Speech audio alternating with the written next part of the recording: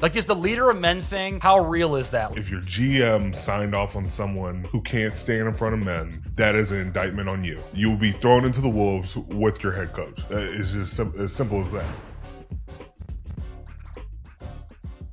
Hey everyone, what's up? Welcome back to Not Just Football. I'm Cam Heyward, Hayden Walsh, and we have a pretty cool show to happen going on today.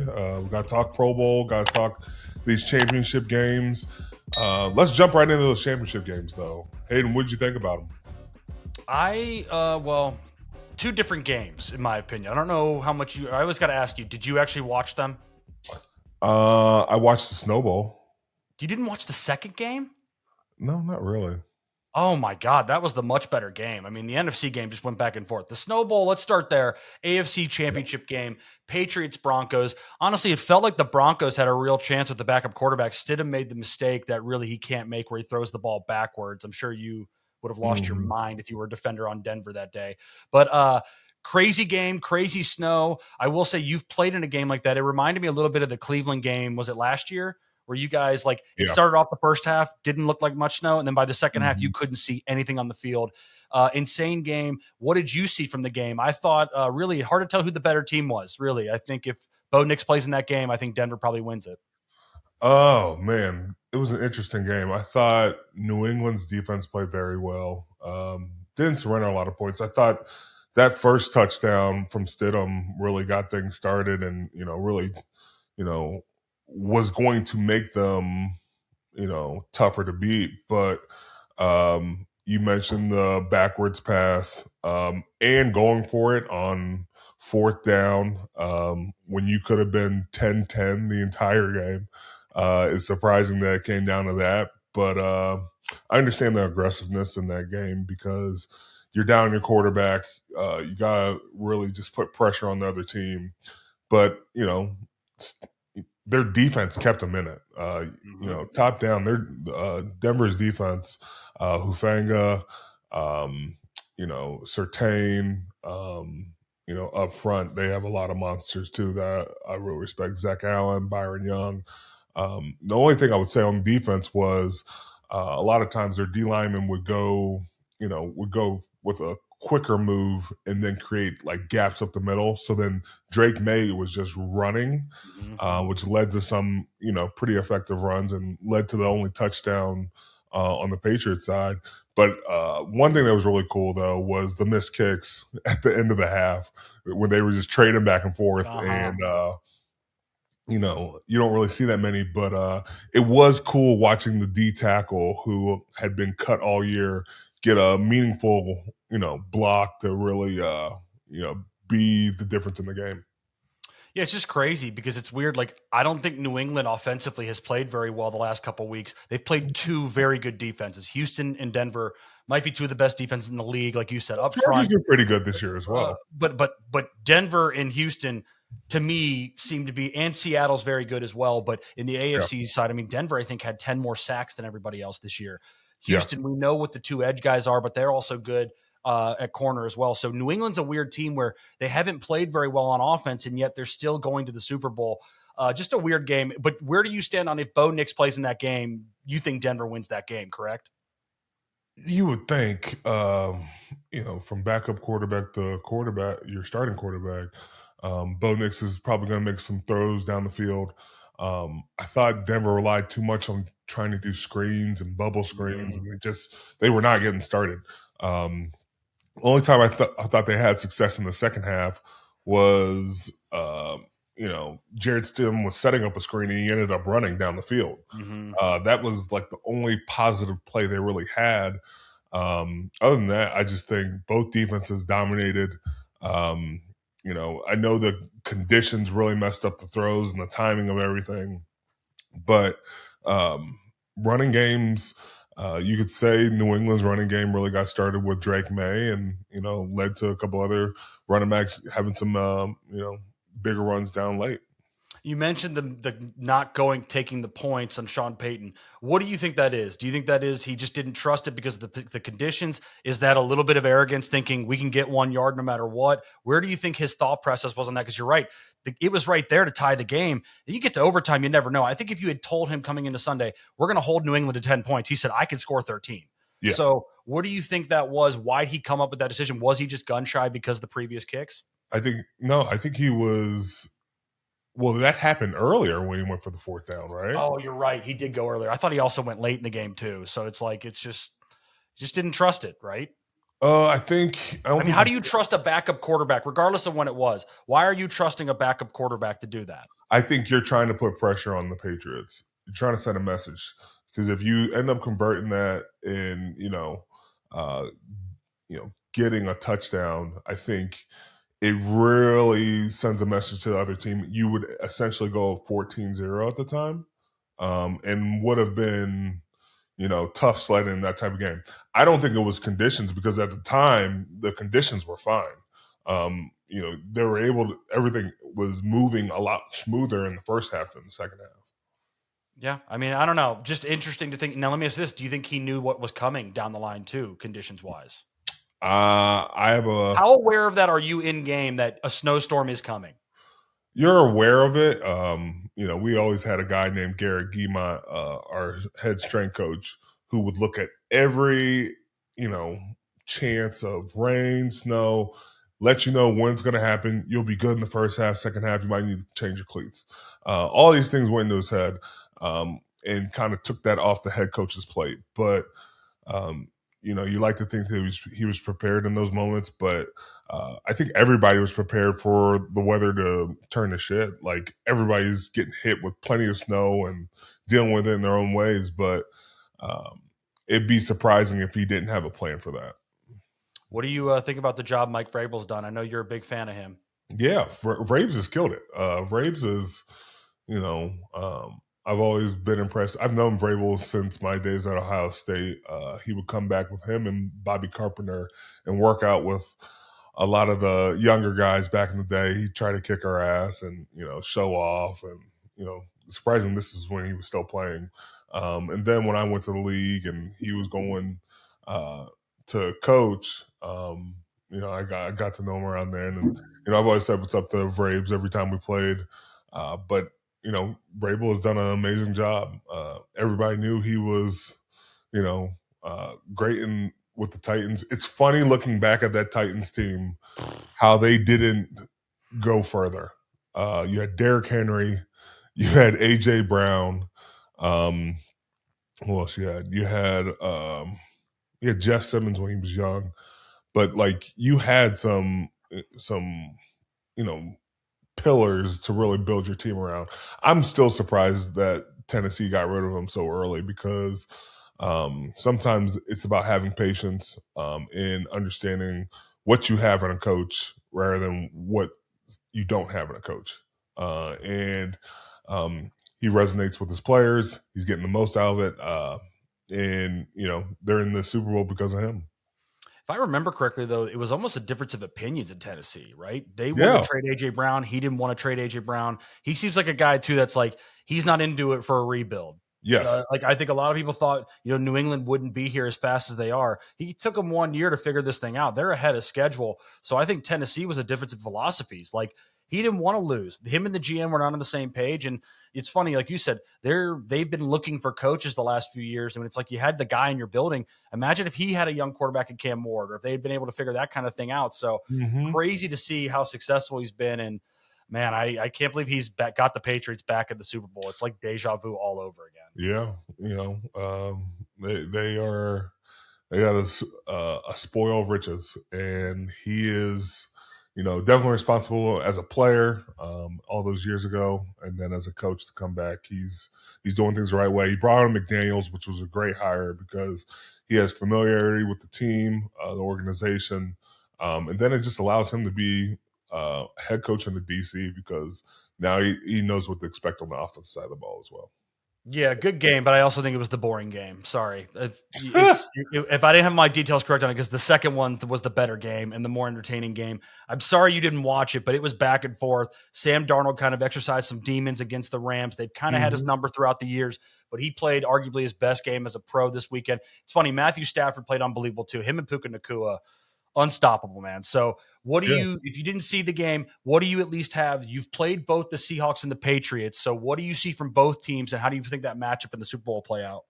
I think both teams are stout on defense, and it starts with their trenches. You look at their D line play from both. On Seattle side, you have Leonard Williams, and then in company, and then on you know the Patriots side, you have Christian Barmore. You also have Milton Williams, who I think were difference makers in the conference championships. And then I just think they both have really good corner play too. Mm-hmm. You can look at Christian Gonzalez, you can look at Tariq Woolen, multiple guys that are constantly just getting better and keep doing their thing. And we, it's going to come down to which offense can dominate, and can Drake May get off to a good start. Um, Obviously, I think Seattle has a lot more firepower. Uh, on the running back side, you have what's our guy from Michigan Kenneth State, Walker. Kenneth Walker. I always Mm-hmm. forget Kenneth Walker, but Mm-hmm. man, he's very patient, has really good vision, can get downhill. Jackson Smith Njigba. I hate saying that because I just want to say JSN, but dude has been balling all year long. Everybody thought it was a fluke at the beginning of the year where it was like, oh, he's just played a couple teams. But no, that dude has balled on everybody. And so he's going to get a chance to do it one more time. And, on the New England side, it starts with Travion. And, he's now the featured runner. And then I think they sprinkle in Ramondre Stevenson as well. But then you got Diggs, and I think the tight end is Hunter Henry, right? Yeah, Hunter Henry and Booty. Yeah. Yeah. And I think Drake May's got to be able to spread her around, but I think I'd lean more in Seattle. I just think they have more parts going into this, but you never know. If Vrabel's aggressive and comes in with the right game plan, he can upset anybody. Yeah, I think it's one of those things where if it was like a series like the NBA, I think Seattle over time would win. But in a one game off, you don't know, right? And it's like, Yeah. how is Sam Darnold going to react to the Super Bowl? How is Drake May going to react to the Super Bowl? I am with you. I think Seattle is the better team. It feels like they should be, but you're right. This is football, man. And get Vrabel in a one game scenario, and his quarterback is very good. I mean, we've talked about Drake May when you guys played them. You and Nick Herbig both said he's a much better athlete than I think people give him credit for. Like, he can really use his feet and move. We saw him do that on Sunday. So I don't know. I think it'll be a fun matchup. I think the 2-week buildup will be very fun too. But man, the Seattle story is interesting to me. Get rid of Geno Smith, got rid of Pete Carroll a few years earlier. Now you've got Sam Darnold, who to me, gets a lot of shit, man. For a guy as drafted he is, he's on his 5th team, gets a lot of shit. They get him. He won a ton of games in Minnesota. They discarded him for J.J. McCarthy. He goes out to Seattle, and, the offense has been better than it was with Geno Smith, and you got to be happy for a guy like Sam Darnold, who's kind of done it like Baker Mayfield did. Go to a different spot, have to prove yourself, and now he's thriving. Yeah, and you look at both these teams. I love that in this is shown that you don't need the tank to be good at the next level.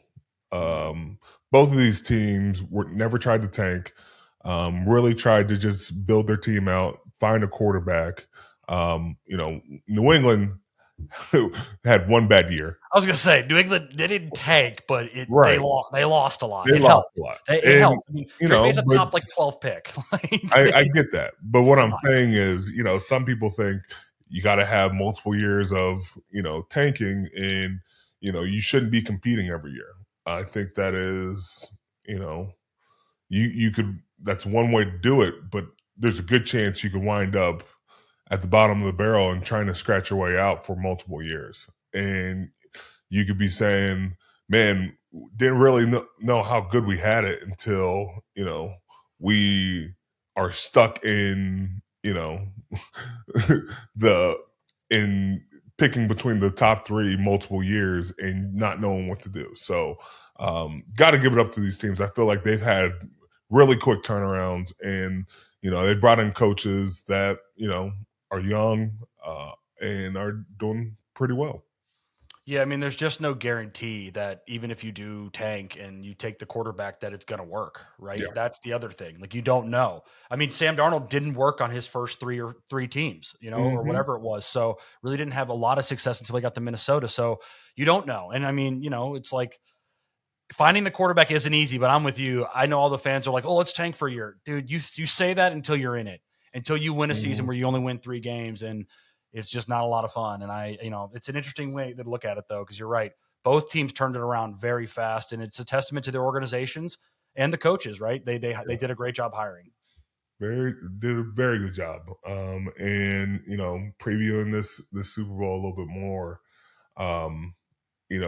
both coaches have not won a Super Bowl, which is going to be surprising because I feel like every year we've had a coach who's had a Super Bowl run. You've had Andy Reid in there. You've had Sean McVay.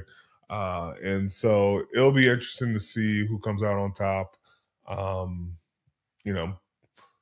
Patriots, they beat the Texans, Chargers, Broncos.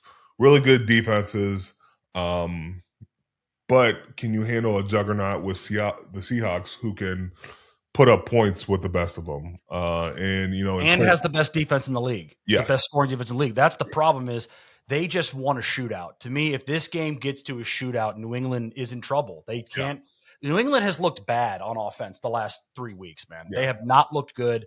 And I just, it's I don't see how Seattle loses the game, but other than the fact that it's just a 1-game scenario, one thing I do want to bring up, all this talk about offensive coaches, we need a young offensive mind, we need a young offensive coach. This is 2 defensive guys in the Super Bowl. And look how they've run it. And I think they've done a great job of hiring the right coordinators.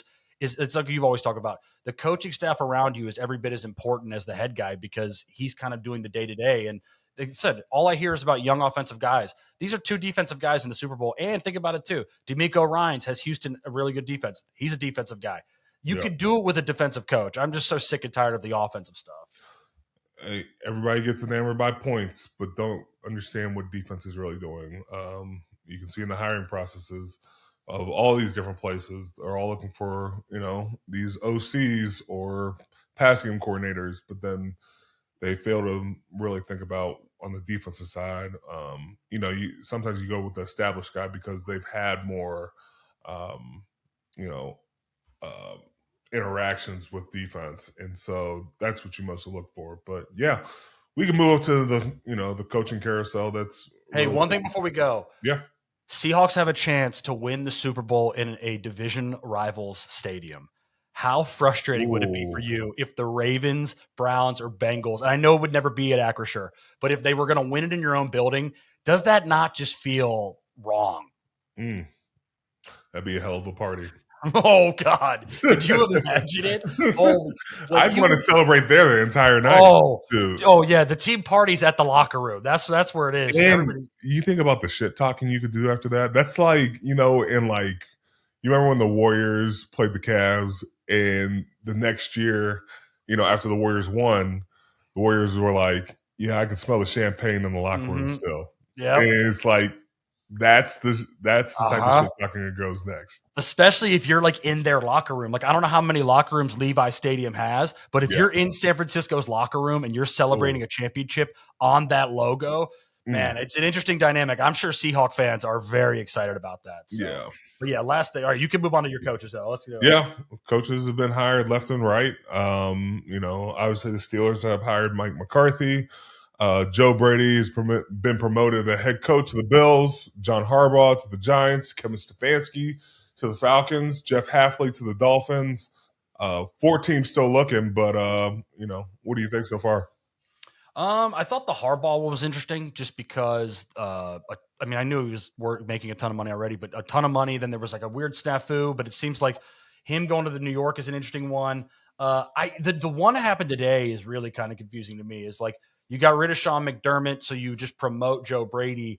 They have to imagine Josh Allen really put his hat in the ring for Joe Brady, and that's how he got the job. But that's an interesting hire. I mean, I think I would have maybe gone away from Sean McDermott's tree, but but I guess if your quarterback wants the OC to be the coach, you make the OC the coach, right? Well, the only thing I don't understand about was like McDermott has had a lot of success with their defense. And his style has been really liked. But yeah, hired Joe Brady, got Josh Allen what he wanted since he was part of the process. A little cool, pretty cool. But yeah, I think there's definitely some fresh faces in some new places, and you'll probably see a lot of players do the same because one, they've had head coaches they respect, and they're intrigued by what they can do.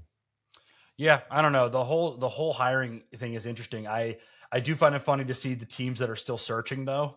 It kind of makes sense. I feel like when you look at, like, especially like Cleveland, like some of the things I've heard what Cleveland's having coaches do, man, it's like you've got to take like an IQ test and do all these different things. I heard it's like it makes sense why guys are pulling. Wait, they got an IQ test for? Yeah, if you go look it up, dude. They're and maybe I'm getting duped here on the internet because if you're getting your information on Twitter, you never know these days. But I saw a thing that was like, they think they're ahead analytically and they want guys to take certain tests before they even interview for the job. And I don't think guys have time to do that, right? Like, yeah, I don't know. It's just interesting. And it's interesting to hear too, that some of the hot names that fans all want everybody to interview and hire. It's funny to see after the process, you see stories come out about how maybe they didn't interview as well as you thought. So it's like, it just kind of shows that like fan bases really don't know who's going to be a good coach and how they're interviewing and how the interview process goes. Because I've seen a few names out there that were even linked to the Steelers that all the fans wanted, but now reports are coming out that they didn't interview as well as you'd think, and there's a reason why they weren't hired. I saw that from Tone Diggs on Pat McAfee today, talking about how he heard Shula from the Rams didn't interview as well. It's like, so you go with other guys, right? I mean, it just happens. Shout out Tone Diggs. One of my guys. Yeah, one of your guys. So what's your favorite hire so far?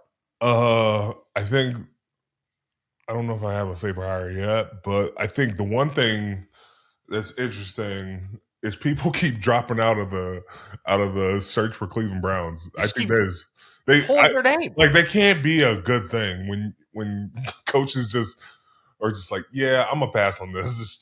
This just isn't for me.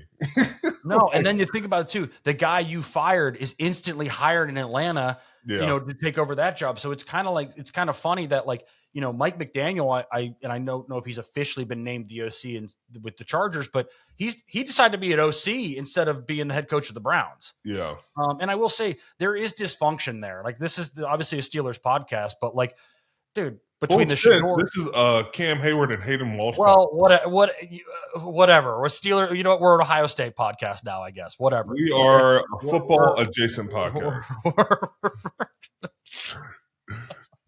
I don't even know what you're implying there. Okay, let's just move on to another. We've had guests that aren't just Steelers. We have everybody. But let's be real. Like 80% of our guests are Steelers. No, they're all Georgia fans or Gwinnett fans or, Ohio State fans or Pittsburgh fans or Michigan fans or... I don't think we have a lot of Michigan fans. We do. It's probably just me. They're in the chat, guys. They're in the chat. Let me ask you this, though. For the hiring process, as a guy, and I know we've laughed about this, you only had 2 coaches since college, but what do you think, like, when hiring, if you were a GM or you're an owner, what would be the most important thing you were looking for in a coach? Like, is the leader of men thing, like, I hate when people say that, but like, how real is that? Like, you better be able to get up in front and have attention, because if not, it's never going to work, right? You will get laughed out of the freaking room. You will be looked at as a joke. And if your GM signed off on someone who can't stand in front of men, that is an indictment on you. And you'll be thrown into the wolves with your head coach. It's just as simple as that. Like, you got to be able to, you have to be able to talk to players. You got to be able to get the best out of them. Like, those are the things you first got to be able to do, to be a head coach. And then you got to be able to, delegate. You got to be able to, hire a good staff that you think can get the best out of each player, that you have had conversations with, that, see your vision. I think that's the main thing with the head coach. He's got to be able to have a vision, and he's got to be able to explain it, and then he's got to be able to delegate and provide that to his staff, who then takes that to the players, and then it has to be put on display for your team. So where would you lean? Would you rather have experience at the head coach, or would you be okay if it's a guy who maybe was a coordinator for a couple of years? Coordinators, if there's respect around the league, and I see where it's going in the future, yeah, go for it. But if you have a head coach who has won games, who has had success, knows how to, be a head coach in this league, then that's another thing as well. Yeah, I don't know. It's just such a hard thing to figure out. Like, you can only learn so much about somebody in even a 4 to 6 hour interview, right? You don't know how it's going to plan out. So I don't know. I think there's been a ton of job openings this year. Still got 3 more open, right? So it's like, and Tom Brady's involved in one of the searches. That's always so weird to me, by the way, that Brady's like involved in the Raiders coach. I don't understand how he could be all the hats he's got. Maybe he'll be given like skin tips or like how to tan and shit. I mean, he's the guy to go to. He certainly he looks younger than he did when he played. I mean, I saw a video of him from like 2005. I'm like, holy shit, Brady looks way younger now. Bro, has changed. Yeah, he has changed. So, all right. Go I want to wrap up with. Actually, we'll do this really quick. Let's wrap up with talking about the Pro Bowl. It's coming up. We just saw Shedeur Sanders is going to be a quarterback for the AFC. Big props to him on making it there. What do you think, Hayden, about the Pro Bowl? I'm not a Shedeur hater. I'm not, but you are. I don't think. What are his touchdown to interception? 7 to 10. Okay, 7 touchdowns to 10 picks. Okay, like, that's not a Pro Bowler. I'm sorry. Like, it's not. It's kind of mockery of it. And then I laugh too. Last year at the Pro Bowl games, you were playing cards on the bench while flag football was being played. We should just get rid of the game. Just get rid of it. It stinks. It's not fun. We should actually get the game back. Dude, guys don't want to play an extra game. I want to play. No, you don't. I do want to play. No, you don't. I do want to play. No. I honestly do. God is my witness. I would play in a game. No. I play in a game. Too dangerous. The game is too dangerous. This isn't basketball. What do you think about it? You be honest with it. Do you really think you could convince both 53 guys on both sides, or however many guys make it, to play a full NFL game? Yeah. No, you couldn't. How much money would you need to be paid? That's the thing. The pay's got to change. And I'm not saying it for me. I'm not saying because I need to feed my family. I was going to say, I mean, are we sure you wouldn't hold out for more money at the game? Holding out the Pro Bowl, bro, that's crazy. To get paid more is insane. But yeah, that's just the way it is. So you don't like the current, though, how it is, right? They don't even include the big man. They never. That's what I'm saying. It sucks. You're not even making them a part of the flag game. Like, what if you had big man flag? Like, that would be even better. Or like pros versus Joes. Like, there are a million things you could do better that could draw people to, like, draw players to the game, not just fans. Like, I think we have great fans show out, but you got to get the players back involved. I think you got to go. Like, I love fans like voting for players, but it is incomplete. I would much rather have it as former players and coaches vote on who you think is deserving of being in the Pro Bowl. I would also like to see different positions highlighted in the Pro Bowl. I think we need a position for nickels and dimes. I also think you need a position for the nose tackle because the nose tackle is so different. You also need to have more positions on special teams. I think there's more than one guy that could be really good at special teams that is deserving of being on a Pro Bowl roster. Trying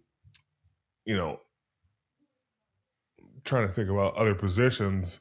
You should have a flex position, whether it's a wide receiver or running back that, is similar to fantasy that guys have seen all year long, or he's a gadget guy. That should be part of the Pro Bowl as well. It shouldn't just be, your typical just wide receiver, running back. There are different positions in our age, whether it's 3-4 defense, 4-3 defense. There's a lot more positions than just the regular, the 4-3 2D tackles and 2D ends. I just don't understand though, and like I said, I'm not shitting on Shador. How did he get in? It's a fan vote, right? Got a lot of quarterbacks were injured this year. One. Okay, you can't name. Okay, that's fine, but the injuries I can name aside, most of the quarterbacks were probably hurt this year. He was a bottom tier of the league starter, though. But look how many quarterbacks were hurt. You had Aaron was hurt. Pat.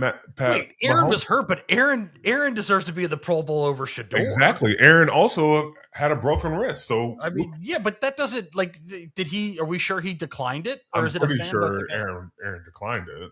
I would think there's no reason. Two of our other Steelers have been dealing with injuries all year. T.J. Watt, Jalen Ramsey, both guys were kind of nicked up throughout the year. Decided not to go. I just think when you're getting a guy who has more interceptions than touchdowns, dude, we're kind of. Do you go play in the freaking Pro Bowl? I told you I don't want to do it. I don't want to do it. You don't want to do it. Yeah, I'm pretty sure if they paid you to do it, your ass would be there. Well, according to you, it's not enough. So I never said it wasn't enough. You said you want more, though. I never said it wasn't enough. But if you need more, you need more. But all right, yeah. I've never turned it down, so you can't put that on me. Cancel the Pro Bowl, okay? I didn't say that. Don't cancel the Pro Bowl. Cancel the Pro Bowl. Or just give the guys a nice check and a trip to Hawaii. There you go. We haven't been to Hawaii. I would love to go to Hawaii. That'd be great. I know. That would have been that's how you get more guys to go. You go to Hawaii. Guys, I want to remind everybody that we are heading out to the Super Bowl. And not just football. We'll be at Radio Row in San Francisco. We are also going to be having a special co-host along with us, Joey Porter. He will be joining and having some fun with us. Got some incredible guests lined up. You think we should give any hints of anybody? I don't know. There's one in particular that I think with Joey Porter that is on the top of my head. I think you know who I'm talking about. That it will be very fun to see them interact. Let's just say Joey has told stories about this person on our show before. Okay. And we have them signed up. I think it would be good to get maybe some old division rivals with Joey to come on and talk. And are we going to get Jerry Porter on? I think there's a chance to have Jerry Porter on the show. So I think we'll see. Yeah, we'll see. Very excited though to have Joey join us. He's been very good to us, and some of his stories have been some of the best stories we've had. So excited to have him join the team at Radio Row. Cool. So we're going to be recording some extra episodes throughout the week. You don't want to miss any of the guests we're going to be having and all the behind the scenes Super Bowl coverage we'll be having. We might even do some intern Sean stuff. I think that could be pretty fun. I think that could be really cool. Yeah, the awkward intern might be back at Radio Row. Plenty of people to interview there, and he will make them feel awkward. I might say we might be getting some Adam Ray love while we're out there because he is a Seahawks guy. He's a Seahawks fan, and man, we gave him hell before the season, and they're in the Super Bowl. So well, I'll say there's multiple. It's like a weird thing. Like we've interviewed, and I wasn't there for Jeffrey Dean Morgan, but multiple Seahawks fans have been on the show. It's a weird dynamic. I feel like I think that's just because we have a certain somebody affiliated with us. He's a Seahawks lover. I don't want to say his name though because I don't want to blow his cover, but our guy gets it done. He's a Seahawks legend. He's a Seahawks fan legend. Okay. All right, let's move on to Ask Cam Anything. Everyone's favorite segment of the show. Are you ready to go? Yeah, let's do it. Ask Cam Anything. All right, D. Mattel 98. What's the best piece of financial advice you've ever gotten in terms of investing? Ooh, that's a good one. I like that. It's better to be safe than super aggressive. And then, I'd rather live like a prince than a king. Is there anything that you ever had a chance to get in on that you didn't get in on that you look back and you're like, I should have fucking done it? No. No, You don't have a biggest regret miss. no regrets out here, bro. I'm waiting. Oh, to cash come in on. some You're no stuff. fun. You should have got in on Bitcoin earlier. That's the say. I'm just going to say that. I'm not doing. You should have. Bitcoin. You I should don't have got in on Too Bitcoin. volatile for me, my dog. Don't hate on Bitcoin. You're the one person who can afford to handle the volatility of Bitcoin. No, okay? I can't. Yes, you can. Okay. All right. Green T 1986. Who is the best O lineman you have ever played against at any level? I would say.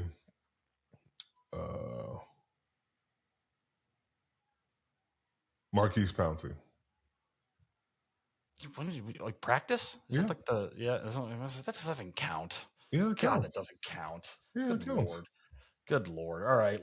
T Villa 05. Cam, can you please tell us a short story about an unsung Steeler personnel who we should know about? I like that. Oh, unsung. There's a couple, and I gotta say I'm very thankful for them. My strength coaches I've had throughout my year. First, Garrett Guimont. He is full of so many one-liners, like the best one-liner I've ever heard, and this was like my rookie year.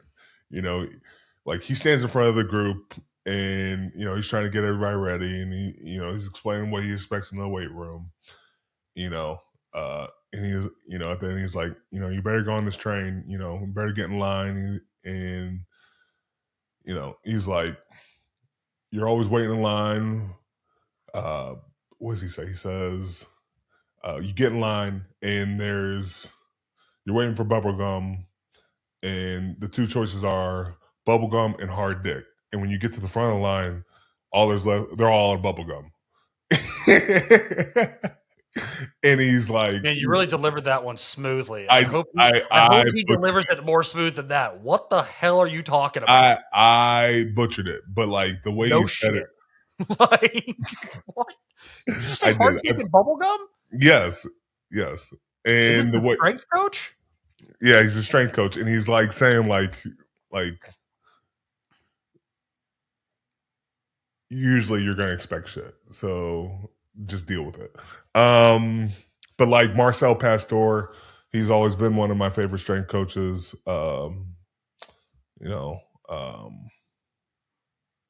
Justice Gallic, who's been there now. My guy Tyler Judkins, Roderick Moore. They've all been really special to me. Whether it's take me under their wings, spending some extra time talking to me. Sometimes as a strength coach, it's less about the weight you lift and more just about listening to the player. And I've just been very thankful for them. I give them all a hard time. I remember there's been plenty of times where there was another coach that didn't want me to play like music in the weight room, or he had his own accord, and I just said screw that, and I put on what I wanted, and they just went with me. And I've loved getting to know them throughout the years. I can be a bully at times, but it's all having good fun and making sure we're doing things the right way. All nice things. It's just, I'm sorry, leading with the hard dick and bubblegum or whatever. I know. And like every I stopped listening after that because I don't even know what to say. That was dude, Guy would say the most off the wall stuff. I remember one time he told, and we're gonna get him on the pod. He said he wants to do the pod, and he said to me, there was one time he said that OJ Simpson called him while he was on the highway. And I was like, there's no fucking way. That's a fucking lie. That's a lie. But like he swears by it. And so he would have these stories and like it would crack us up and like totally throw you off of anything you were doing at the time. Does he have a connection to OJ? I don't know if he does, but he was out in LA at the time. So wait. I don't know if he does, but he was out in LA. Okay, yeah. We need to get him on the show. First question will be explain the bubblegum thing. Yes. You did a terrible job at that. I did. That was bad. Good Lord, that was bad. It was. Do you want to try again and say what it is again? Do you want to try? I don't want to try again. Okay, yeah. Let's just hope people will forget about that. Yeah. All right, well, thank you for playing Ask Cam Anything. Remember, go to our Instagram, Twitter, YouTube, wherever you find the show. Use the hashtag ACA, and we will get the questions on the show. Thank you for your questions. Yeah, and make sure you like and subscribe on YouTube. Drop a follow or a rating wherever you get your podcasts. We will be doing some other episodes here pretty soon. Expect to see another one Monday. So see you next time, and be safe. Thank you for watching Not Just Football.